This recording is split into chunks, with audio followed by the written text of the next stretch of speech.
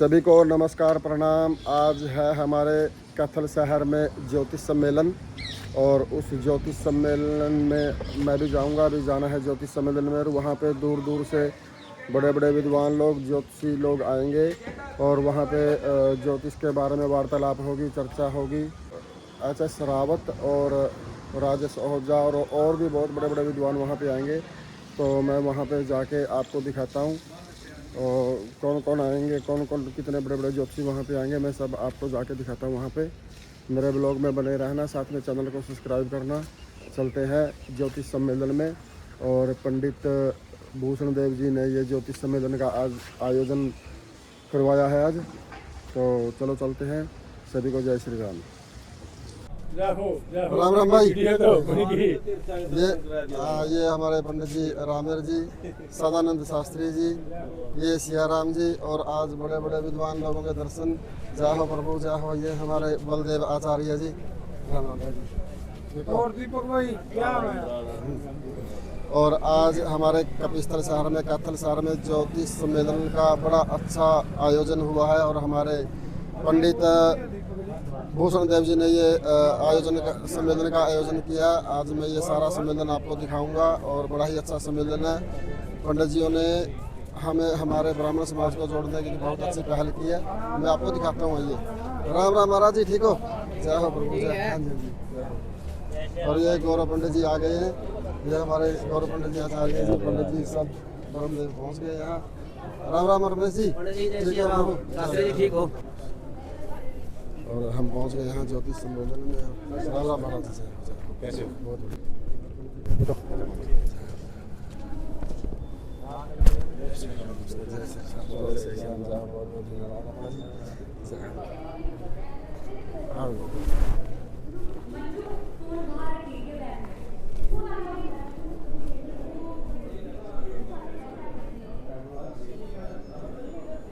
देखिए, बहुत अच्छा आयोजन आज होगा यहाँ पे ज्योतिष सम्मेलन का। और बड़े बड़े विद्वान लोग, विद्वान जन यहाँ पे आएंगे, ज्योतिष के बारे में आप सभी को बताएंगे। बहुत अच्छा सम्मेलन का आयोजन यहाँ पे किया हमारे पंडित भूषण देव आचार्य जी ने, गौरव जी ने। और यहाँ पे आपको बहुत कुछ सीखने को मिलेगा। सारा दिन का सम्मेलन जो रहेगा मैं अपने चैनल के माध्यम से आप सभी को दिखाऊँगा। ब्लॉग पे बने रहेगा।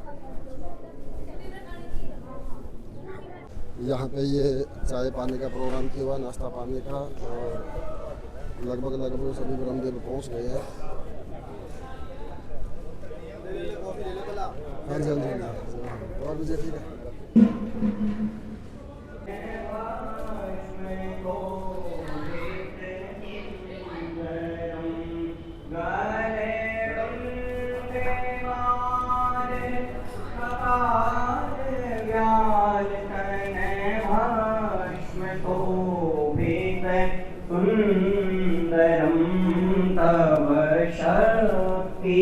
अंग सुशोभितं तव शक्ति अंग सुशोभितं करुणाकरं जगदीश्वरं करुणाकरं जगदीश्वरं हे दक्षय श्री गणेशस्कंद नमस्कृतं करुणाकरं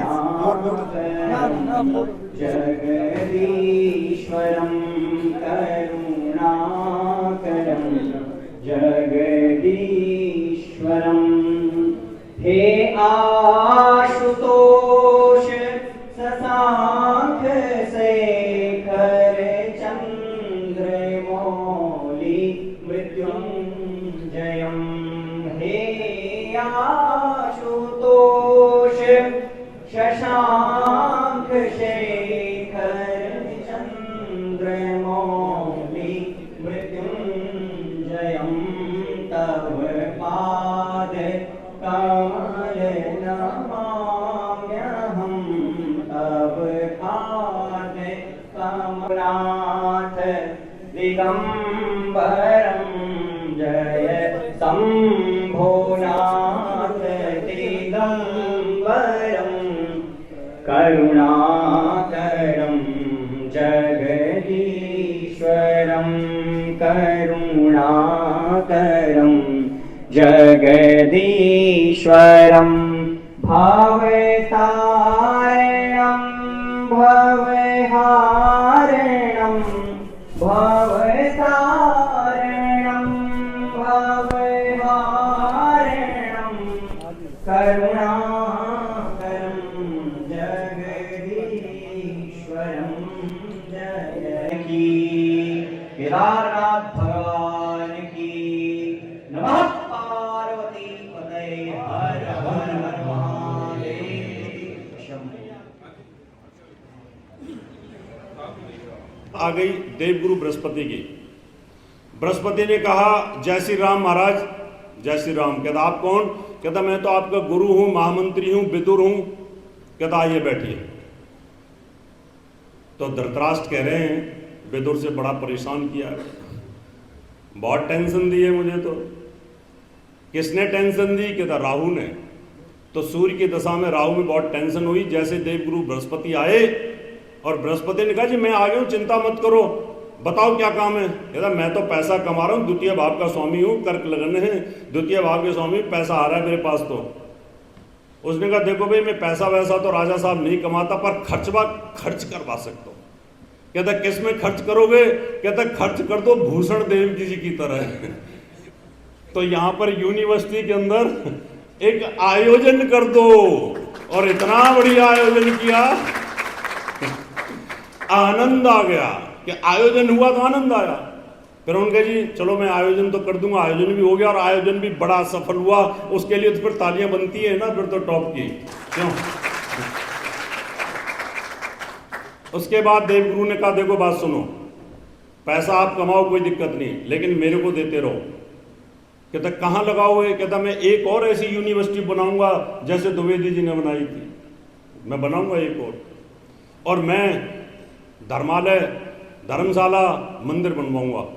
तो जब सूर्य की दशा आएगी, जब बृहस्पति की अंतर दशा आएगी, आप लोगों के दिल में ये आएगा कि मैं तीर्थ यात्रा करके आ जाऊं, मेरे पास जो पैसा बचा हुआ है मैं ऋषिकेश घूम के आ जाऊं, मैं केदारनाथ, बद्रीनाथ, तिरुपति बालाजी घूम के आ जाऊं और मैं उस पैसे को कहीं ना कहीं अच्छी जगह पर लगा दूं।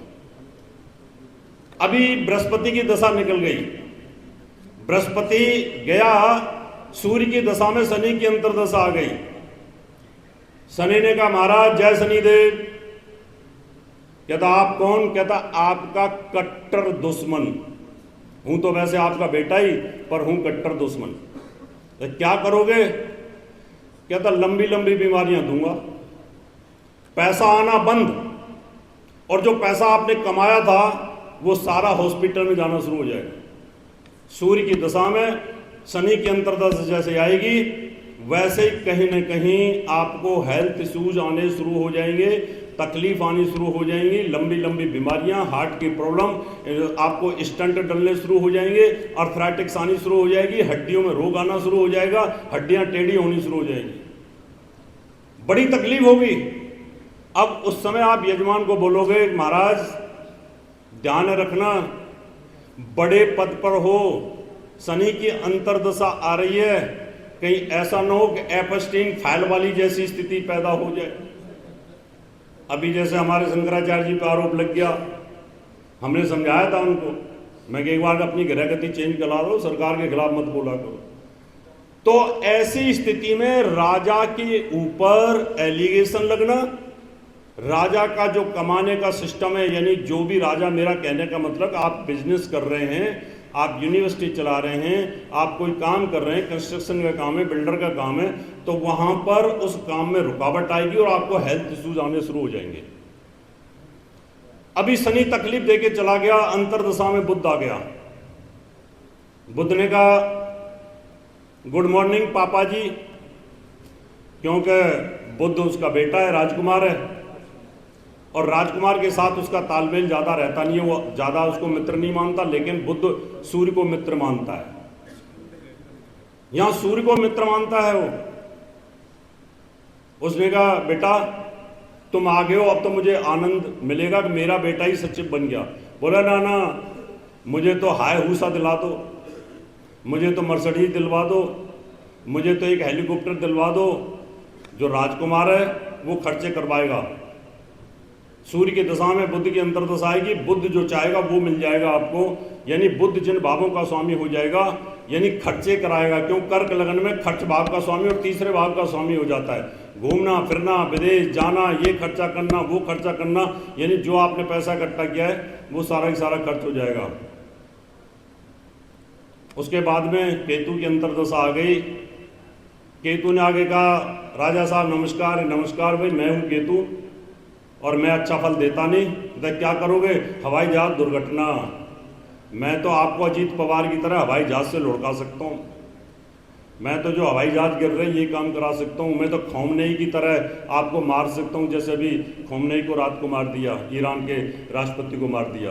केतु की दशा हो, सूर्य की अंतर्दशा महादशा हो, ऐसे में बड़ा पदाधिकारी, राजा, MLA, MP, minister, elected member, कोई भी व्यक्ति बड़े पद पर बैठा है और उसमें केतु की अंतर्दशा आएगी, चोट, एक्सीडेंट, दुर्घटना का योग बनेगा, उस समय आप केतु की शांति उसको बोल सकते हैं कि केतु महाराज को शांत करिए।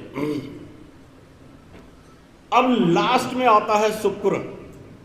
बड़े ध्यान से सुनना, ये बड़ा टॉप का है, इससे कोई नहीं बचता। शुक्र ने कहा, यार राजा साहब मैं आ गई हूं। कहता तुम कौन हो? कहता मैं हूं राखी सामंत, नाचने गाने वाली।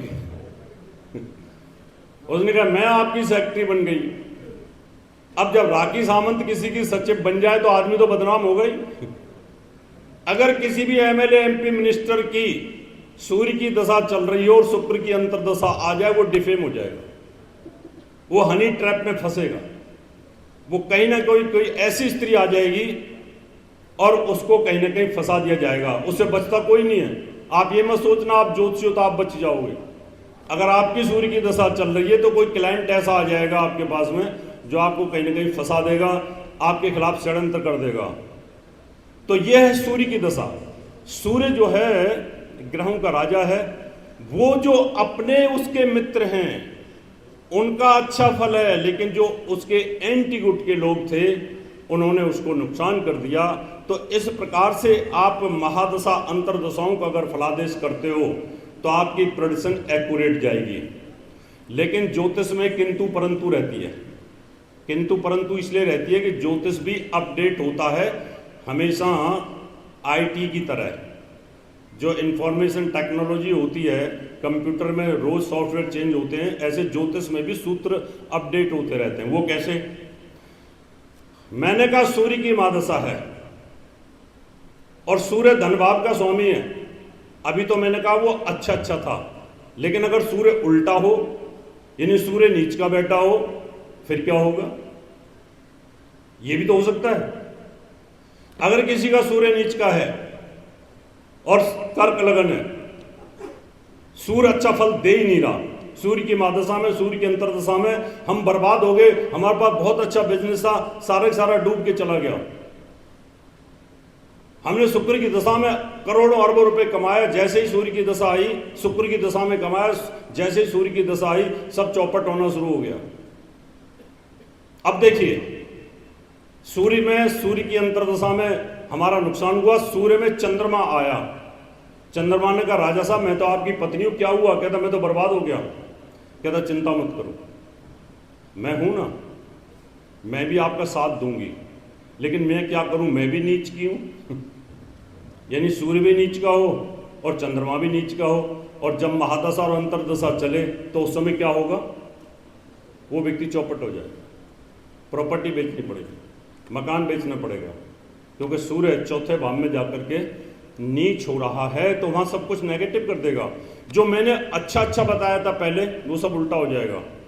ऐसे ही मंगल की अंतर्दशा आ जाए, उसने कहा राजा साहब मैं हूं ना साथ में। कहता पड़ोसी बड़ा तंग करता है।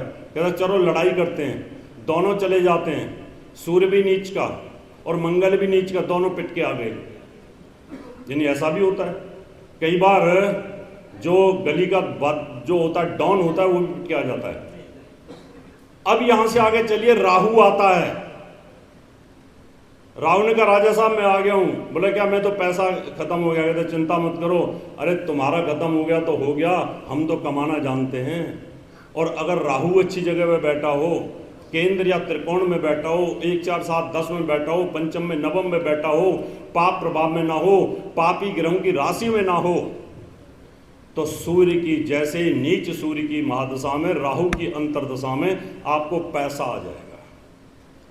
यानी जहां सूर्य पावरफुल था, जब राहु ने बर्बाद कर दिया, और जब सूर्य नीच का था और जब राहु अंतरदशा में आया तो उस समय राहु ने पैसा दिया। और फिर हमें लोग क्या बोलते हैं, अरे गुरुजी जब जब मेरा राहु आता है ना मुझे बड़ा पैसा देता है, मुझे बड़ा पैसा देता है, क्योंकि वो देगा। अब देवगुरु बृहस्पति आ गए।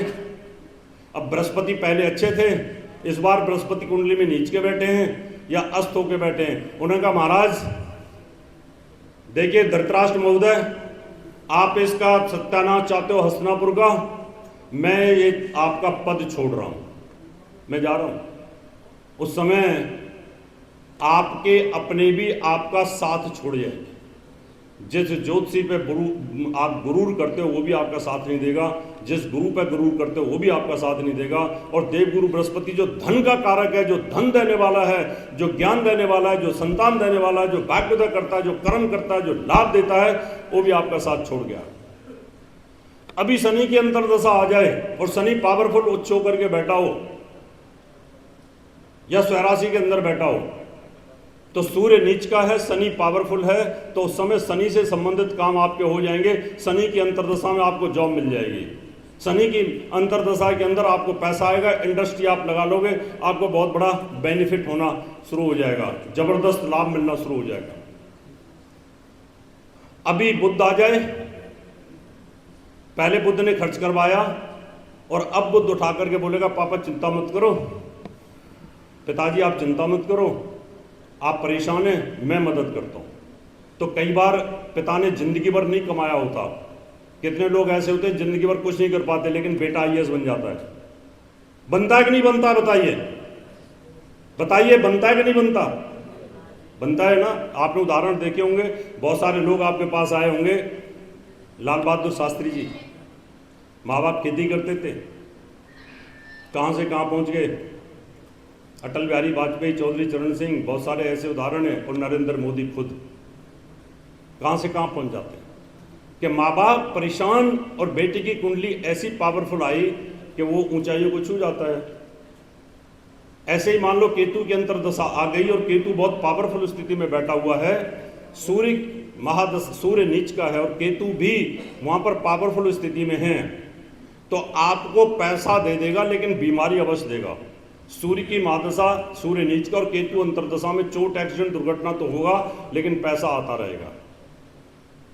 अभी अंतरदशा अगर मान लो शुक्र की आ जाए, अभी तो मैंने कहा था कि राखी सामंत आ गई तो बर्बाद कर दिया, लेकिन जैसे ही अंतरदशा में शुक्र आया, कोई स्त्री आपके संपर्क में आ गई, उसके सहयोग से आप बहुत ऊंचाइयों को उठ गए। स्त्री आपकी शादी के बाद भी आ सकती है और हम बोलते हैं कि शादी कर लो, शादी के बाद आपका भाग्योदय हो जाएगा, और भाग्योदय होता है। कई बार आपने देखा किसी छोटे स्टार ने बड़ी फिल्म की हीरोइन के साथ फिल्म की और वो स्टार बन गया। तो इस दुनिया के अंदर स्त्री के माध्यम से भाग्योदय होना, यहाँ पर ये अपोजिट हो जाएगा। तो ये दोनों तरह की प्रेडिक्शंस हैं। अब एक और तीसरा इसके साथ जोड़ के अपनी बात को समाप्त करूंगा कि और भी वक्ता हैं। तीसरा होता है गोचर। गोचर को इसके साथ क्लब जरूर करना है। अभी मान लो सूर्य नीच का है, मैंने सूर्य का फल दिया, लेकिन वही 13 अप्रैल से और 13 मई के बीच में सूर्य आ जाए, उस समय सूर्य उच्च का हो जाएगा, तो वो नीचता का फल नहीं देगा। अगर देवगुरु बृहस्पति नीच का है और वो अभी उच्च का होगा, जैसे ही वो उच्च का होगा 1 जून से, अगर किसी का 85 का जन्म है, अगर किसी का 97 का जन्म है, उस समय पर गुरु नीच का था, और जैसे ही 1 जून को बृहस्पति उच्च का हो जाएगा तो उसका नीचता का फल खत्म हो जाएगा। कोई ग्रह 6-8 12 में हो, लेकिन गोचर में, केंद्र में, त्रिकोण में पावरफुल स्थिति में हो, तो वो अच्छा फल देना शुरू कर देता है। तो इन 3 चीजों का आप ध्यान रखिएगा प्रोडिक्शन करते वक्त। भाव स्वामी कारक का ध्यान रखिएगा, तो आपकी फलादेश बड़ी एक्यूरेट जाएगी और आपकी प्रेडिक्शन 100 में 100 जाएगी। लोग बोलते हैं ज्योतिष की प्रेडिक्शन सही नहीं जाती है, तुक्का मारते हैं। मेरा दावा है 7 लाख से ज़्यादा प्रेडिक्शन मैंने की हैं और इतनी भविष्यवाणी की हैं, अभी तक तो सब सटीक बैठी है पूरी की पूरी। एक होता है कि हम अपने बंद कमरे में भविष्यवाणी कर देते हैं, एक होता है टीवी चैनलों पर भविष्यवाणी करना और वो भविष्यवाणी सटीक निकलना। अभी कल मेरा इंडिया न्यूज पे था, उन्होंने स्पेशल एक एपिसोड बनाया था, डॉक्टर रावत की भविष्यवाणी सटीक हुई। पिछले हफ्ते इनसे हमारा इंटरव्यू हुआ था। तो अभी जैसे आजाद शास्त्री जी कह रहे थे, अभी कल मैंने न्यूज़ देखी कि ईरान के साथ युद्ध हुआ और उसकी प्रेडिक्शन मैंने 23 फरवरी के बाद की थी, क्योंकि 23 फरवरी को मंगल राहु का अंगारक योग, सूर्य राहु का ग्रहण दोष, पंच ग्रहों का इकट्ठा दोष बना हुआ था। जब जब ये युति बनती हैं तो उपद्रव होना शुरू हो जाते हैं। मित्रों, मैं बहुत बहुत बधाई देता हूँ पूरी टीम को, संदीप कौशिक जी को, आचार्य भूषण देव शास्त्री जी को, विनोद कौशिक जी को, और आप सबको बहुत बहुत बधाई देता हूँ, और सभी कैथल वासियों को और हरियाणा वासियों को सबको बहुत बहुत बधाई देता हूँ। सारे आदरणीय और मेरे पिछले वक्ता में जो कुछ बोला मैंने बड़े ढंग से सुना है और मैंने इनकी कुंडली भी बना दी।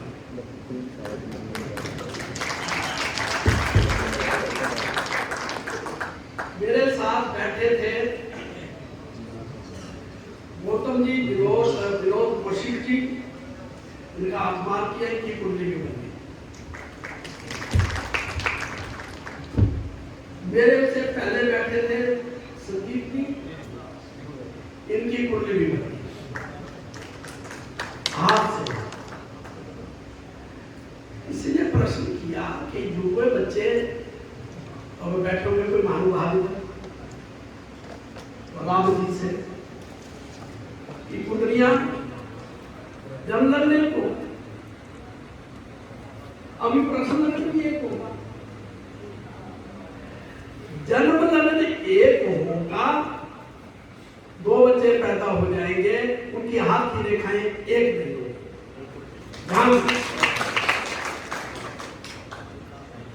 And found show the nature and occupation of the man very correct। एक हो सकता है रिक्शा ड्राइवर हो, और एक भाई हो सकता है कोई नेता हो, अभिनेता हो, कोई विद्वान मुंशी भी। अब लग्न है इसमें कर्क, देख लो कर्क लगन सबने देख लिया। शनि नंबर कुंभ में है, देखा कुंभ में कितने ग्रह हैं इसमें, विद्वान है 5 ग्रह है, बृहस्पति मिथुन में है। अब मेरे पास पहला हाथ जोड़ किया मैंने संदीप जी का। आज संदीप जी का शनि इस प्रश्न नगर में नोट करो कहाँ है, बोलो मीन में, ठीक है। मीन में शनि है, एक राशि में कितने वर्ष रहता है शनि, 2.5 साल। सबसे पहले अभी मुझे बड़े अच्छे विद्वान ने कहा कि ज्योतिष में मनोविज्ञान भी है। अब संदीप जी को यहाँ खड़ा कर दो, तो ये 2.5 साल का बच्चा तो रहेगी। 12 राशियां हैं, एक राशि में 2.5 साल चलेगा, तो 12 राशियों में शनि एक चक्कर की तरफ मिल जाएगा। 12 ढाया 30 वर्ष, लिख लो 30 वर्ष, लिख लो 2026, 26 से 30 घटा दो, कितना हो गया 96। अब 30 वर्ष शनि जो था आज से पीछे 30 वर्ष पहले कहाँ था, वो राशि आपके पास आ गई। 15 ढाई 30, 15 का आप कर दो, 2 आप हो जाएंगे शनि के, 15 का आप कितना हो गया 3.5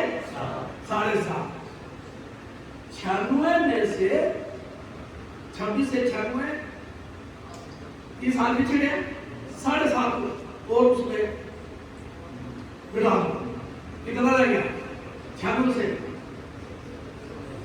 हैं कितना साढ़े, हाँ हाँ वही तुम लोग सीख रहे हो 88.5 88 का मतलब है कि सदी 2.5 साल पहले 1988 में था, तो सदी 1988 को नहीं चाहिए।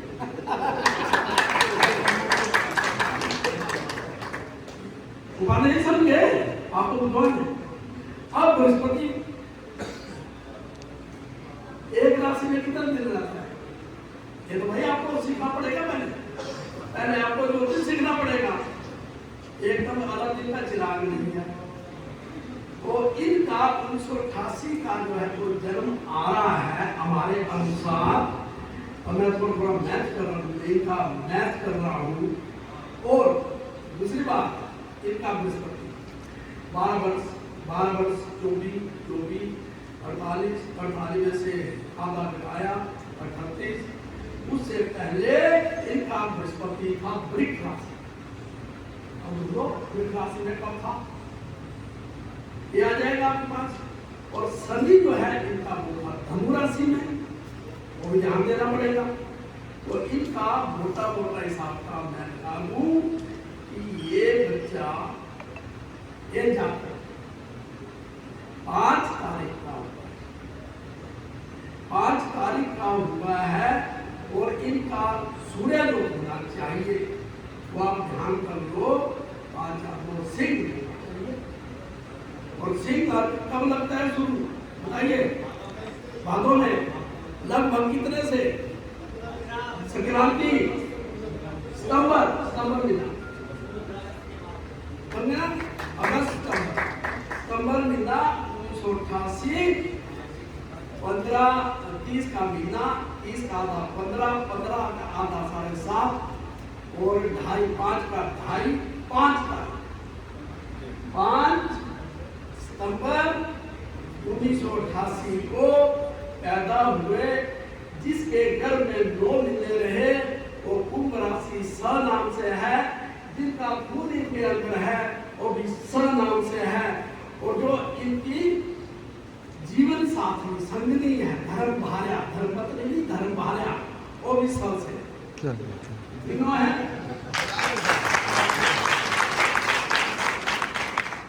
अतवे क्षेत्र कहीं जा तो सुनाही। आपका घर जो है मंदिर है, आप उस मंदिर के एक दिव्य मूर्ति हैं, और आप कैसे गुरु हैं? बोलने वाले गुरु हैं। आपके बोलने से समाज में बदलाव आएगा, आपके बोलने से युवा में बदलाव आएगा, आपके बोलने से बिगड़ा हुआ घर बन जाएगा। और यही बनाने के लिए भगवान ने आपको ज्योति बनाया है। आप जो ज्योति बने हैं, जो बिगड़ा हुआ समाज है, इस समाज को दिव्य और भव्य बनाने के लिए है।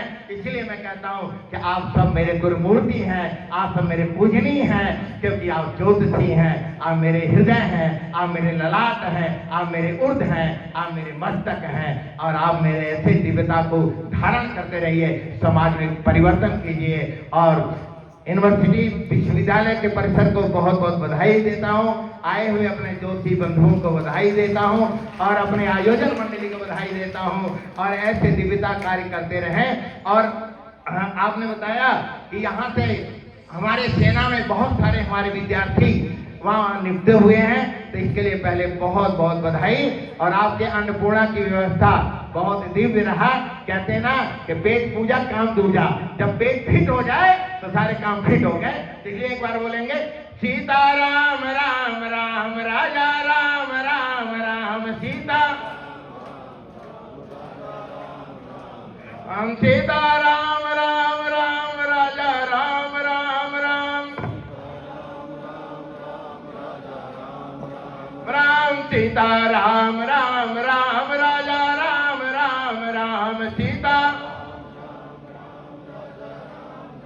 राम सीताराम राम राम राजा राम राम राम सीता, राम सीताराम राम राम राजा सीता महिषी के यहाँ आए हो भाई, हाथ ऊपर करो। हम सीता राम राम राम, राजा राम राम राम, सीता हाथ ऊपर करो, विष्णु मंदिर। सीता राम राम राम, राजा राम राम राम, सीता राम राम राजा राम राम राम, सीता राम राम राम, राजा राम राम राम, सीता राम राम राम, राजा राम राम राम, सीता राम राम राम, राजा राम राम राम, सीता राम राम राम, राजा राम राम राम, श्री राम। भारत माता की, भारत माता की, भारत माता की, वंदे वंदे मातरम, वंदे मातरम, जय तो ज्योतिषम, जय तो ज्योतिषम, जय तो ज्योति।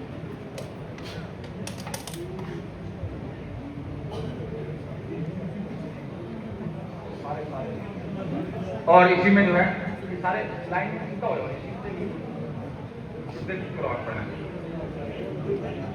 और इसमें धर्मगुरु डॉक्टर एस रावत जी को जातक चक्र चूड़ामणि अवार्ड से सम्मानित करते हैं। जोरदार तालियों से स्वागत और अभिनंदन। और